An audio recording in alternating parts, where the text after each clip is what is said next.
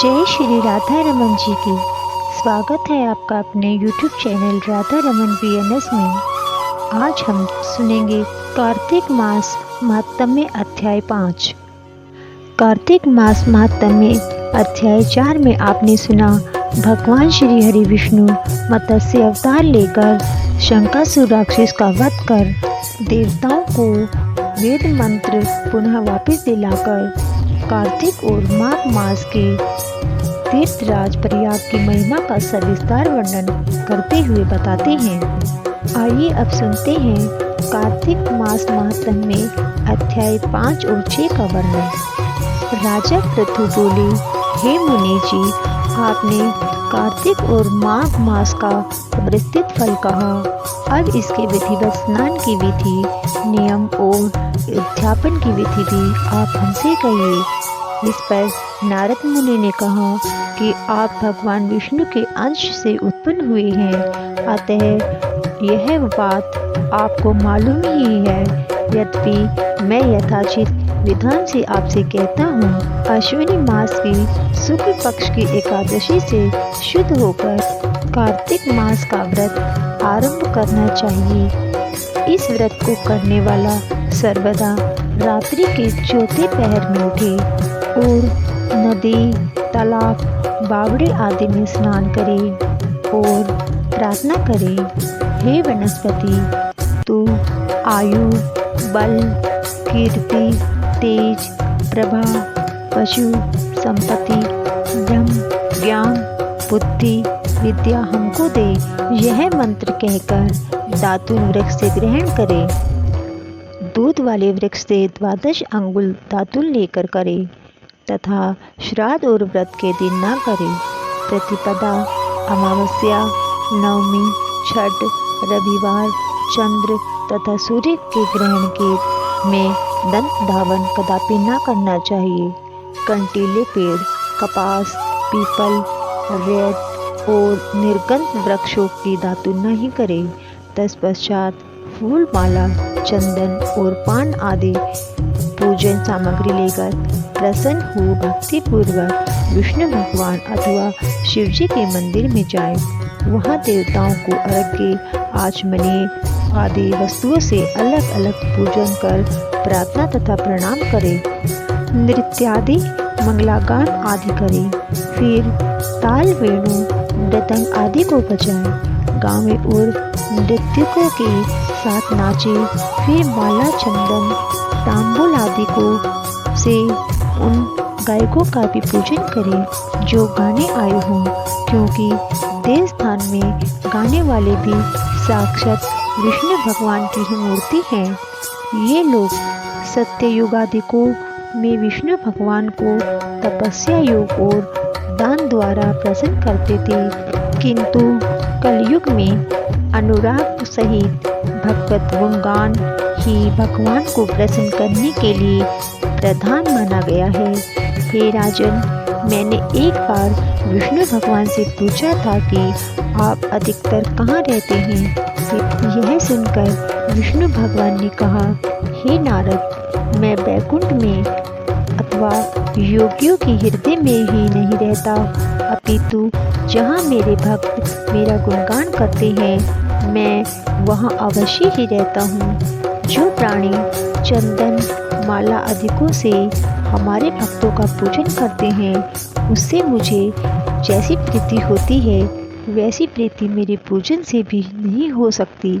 जो मूर्ख प्राणों की कथा तथा मेरे भक्तों का कीर्तन सुनकर उनकी निंदा करते हैं, वे मेरे शत्रु सदृश हैं। शीरिष, धतूरा, गिरिजा, चमेली, केसर, कंदार, मदार तथा कनेर के फूल और अक्षतों से विष्णु भगवान की पूजा नहीं करनी चाहिए। अड़हल, कंद, शीरीष, जूही, मालती, केवड़ा के पुष्पों से शिवजी का पूजन नहीं करना चाहिए। लक्ष्मी की अभिलाषा करने वाले पुरुष को चाहिए कि तुलसी पत्र से गणेश जी की, दुर्वा से दुर्गा जी की, अगत्य के फूल से सूर्य नारायण की पूजा न करें। जिन देवताओं के लिए पूजा में जो फूल निर्दिष्ट हैं उन्हीं से उनका पूजन करें। इस प्रकार पूजन समाप्ति के पश्चात देवाधिदेव विष्णु भगवान से क्षमा याचना करें। हे सुरेश्वर, हे देव, मेरे पास न मंत्र है न क्रिया है, भक्ति से भी मैं हीन हूँ। जो कुछ भी आपकी पूजा मैंने की है, आप हमारी उस पूजा को पूर्ण करें। इतना करने के बाद परिक्रमा करके दंडवत प्रणाम कर पुनः क्षमा प्रार्थना करके गायन कीर्तन आदि करना चाहिए। जो मनुष्य शिव और विष्णु भगवान की विधि पूर्वक कार्तिक मास की रात्रि में पूजा करते हैं, वे पवित्र आत्मा होकर अपने पूर्व पुरुषों के साथ विष्णु लोक को जाते हैं। इति श्री कार्तिक मास महात्म्य 5वां अध्याय समाप्त। कार्तिक मास महात्म्य अध्याय 6।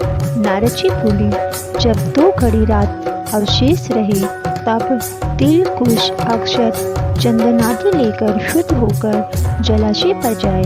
नहर की अपेक्षा क्रम से 10 गुना झरना में, झरना से 10 गुना नदी में और नदी से 10 गुना संगम पर स्नान करने का फल बताया गया है। और तीर्थ में स्नान करने से इसका दुगुना फल कहा गया है। स्नान से पूर्व विष्णु भगवान का ध्यान करके स्नानार्थ संकल्प करें। फिर तीर्थ में उपस्थित देवताओं को क्रमशः अर्घ्य, पाद्य, आचमनीय आदि देवे। अर्घ्य मंत्रार्थ, हे कमलनाथ आपको नमस्कार है, हे जलाशय भगवान आपको नमस्कार है, हे ऋषिकेश आपको प्रणाम। मेरे दिए हुए अर्घ्य को आप ग्रहण करें। वैकुंठ, प्रयाग तथा बद्रिकारण में जहाँ कहीं भी विष्णु भगवान गए हैं, वहाँ विष्णु भगवान ने 3 प्रकार से अपना पैर रखा था। अतएव जहाँ कहीं भी विष्णु भगवान ने अपना चरण रखा, वहाँ पर ऋषि, वेद, यज्ञों के सहित समस्त देवता मेरी रक्षा करते रहें। हे जनार्दन, हे दामोदर, हे देवेश, आपको प्रसन्न करने के लिए मैं विधिवत कार्तिक में प्रातः स्नान करूँगा। हे दामोदर, मैं आपका ध्यान और आपको प्रणाम करके इस जगह जल में स्नान करने के लिए जा रहा हूँ। आपकी कृपा से मेरे समस्त पाप नष्ट हो जाएं। हे हरे, कार्तिक मास में व्रत तथा विधि पूर्वक स्नान करने वाला मैं अर्घ्य देता हूँ। आप राधिका के सहित ग्रहण करें। हे कृष्ण, हे प्रबल राक्षसों का नाश करने वाले भगवान, हे पापनाशक, इस कार्तिक मास में नित्य नैमित्तिक कर्मों के द्वारा दिए हुए मेरे इस अर्घ्य को आप स्वीकार करें। कार्तिक स्नान का व्रत करने वाला भागीरथी, विष्णु, शंकर तथा सूर्य का ध्यान करके जल में प्रवेश करे और नाभि पर्यंत जल में खड़ा होकर विधि पूर्वक स्नान करे। गृहस्थ तिल और आंवले का चूर्ण लगाकर, विधवा स्त्री तथा यति तुलसी के मूल की मिट्टी लगाकर स्नान करे। सप्तमी, अमावस्या, नवमी, त्रयोदशी, द्वितीया, दशमी तिथि को आंवला तथा तिल से स्नान नहीं करना चाहिए। प्रथम मल स्नान करके पुनः मंत्र स्नान करे।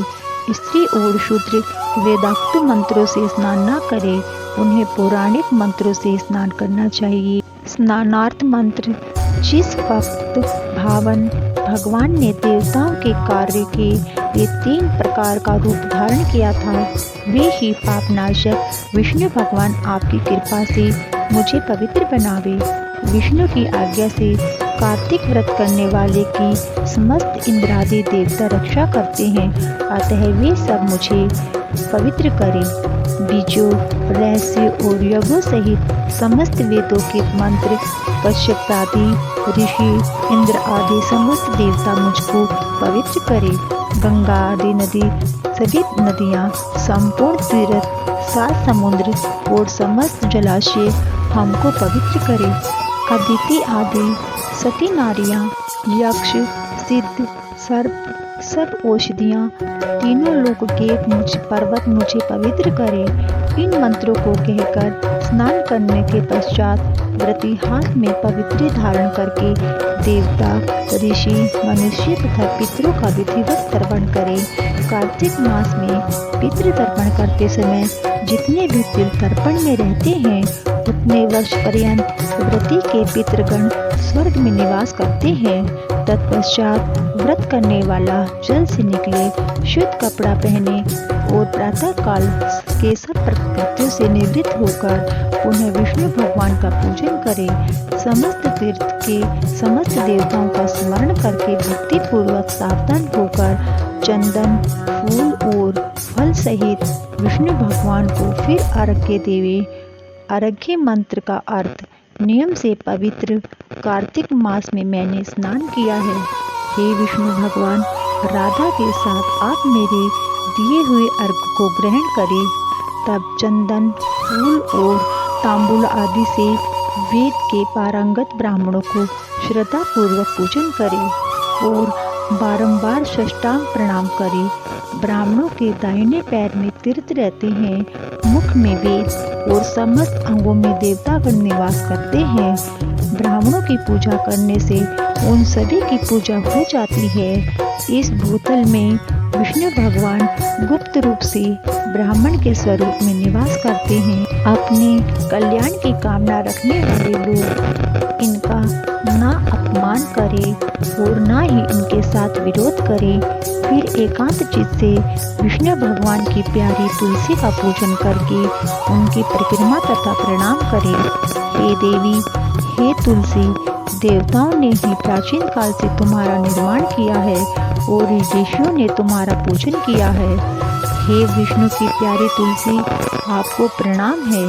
आप मेरे समस्त पापों का नाश करें। इसके पश्चात स्थिर चित्त से विष्णु भगवान की पौराणिक कथाओं को सुनना चाहिए और भक्ति पूर्वक वेदज्ञ ब्राह्मणों का पूजन करना चाहिए।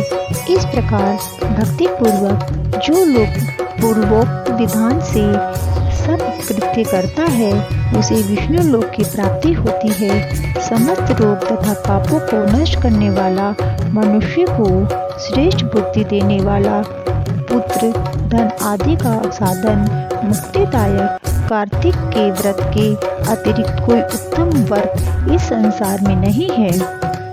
इति श्री कार्तिक मास महात्म्यम छठा अध्याय समाप्त। बंधु, आपसे अनुरोध है, आप हमारे चैनल राधा रमन BNS को सब्सक्राइब जरूर कीजिए ताकि हमारे चैनल पर आने वाली व्रत कथा त्योहारों की जानकारी आपको समय पर मिल सके। वीडियो अच्छी लगे तो इसे लाइक व शेयर जरूर करें। आप सबको जय श्री राधा रमन जी की धन्यवाद।